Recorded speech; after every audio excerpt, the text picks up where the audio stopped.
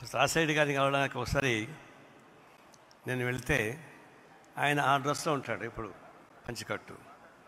నేను ఇప్పుడు వచ్చాను ఇదే డ్రెస్ పోయా. నన్ను చూడగానే ఏంటి మా ఎగ్జిక్యూటివ్ స్టాఫ్ లాగా ఉన్నావు నువ్వు అన్నాడు. అవును, నువ్వు అవుట్డేటెడ్, నేను మోడర్న్ అన్నాను. అంటే అనంతంగా నవ్వాడు. నేను అవుట్డేటెడ్ పంచగించంతా ఇప్పుడు మోడర్న్ అని చెప్పేసి. ఎదురుగా అతన్ని ఆట పట్టించినా కూడా నవ్వుకుంటాడు తప్ప అంతకు మించి ఉండదు. నేను ఒకటి రెండు విషయాలు మాత్రం చెప్పాలి ఇక్కడ.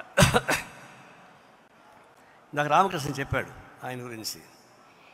దానికి పూర్వం ఎద్దులేశ్వరరెడ్డి 4 దఫాలు కడప పార్లమెంట్ సభ్యుడిగా గెలిచాడు, స్వాతంత్ర సమర యోధుడు. ఆయన కడప గాంధీ అంటారు ఆయన్ని. ఆయన ఎప్పుడు పోటీ చేసినా రాజారెడ్డి గారు పులివెందుల నుంచి ఒక జీపు, దానికి కావాల్సినటువన్నీ ఏర్పాటు చేసేవాడు. అంటే పార్టీకి అంత సన్నిహితమైనటువంటి కుటుంబం అది. తర్వాత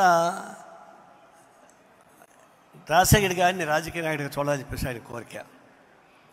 డాక్టర్ అయిన తర్వాత పెద్ద హాస్పిటల్ కట్టించాడు. నువ్వు డాక్టర్గా ఉండు అంటే రూపాయి పేషెంట్ తీసుకోవడం. ఆయన నెలకు అప్పుడే 25,000 రూపాయలు దీనికి సబ్సిడీ ఇచ్చేవాడు హాస్పిటల్కి. నాకంటే తెలుసు అంటే రాజశేఖర్ గారికి మా కమ్యూనిస్ట్ పార్టీ నాయకులు సోమిరెడ్డి, లింగమూర్తి, వీళ్ళు ముగ్గురు ఒకే ఏజ్ గ్రూప్ వాళ్ళు.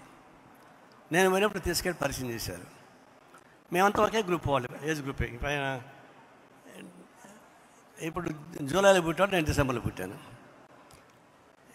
రాజకీయాల్లో నేను, చంద్రబాబు నాయుడు, రాజశేఖర్ రెడ్డి ముగ్గురు కూడా సమకాలీకులమే ఏజ్ రీత్యా. అప్పటి నుంచి పరిచయం ఉంది.